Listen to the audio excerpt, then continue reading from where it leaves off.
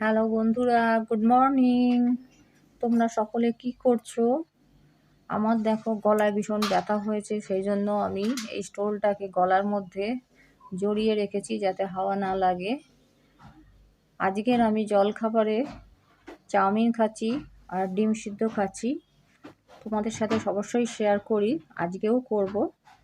চলো দেখে নাও তাহলে, আবার পরে তোমাদের সামনে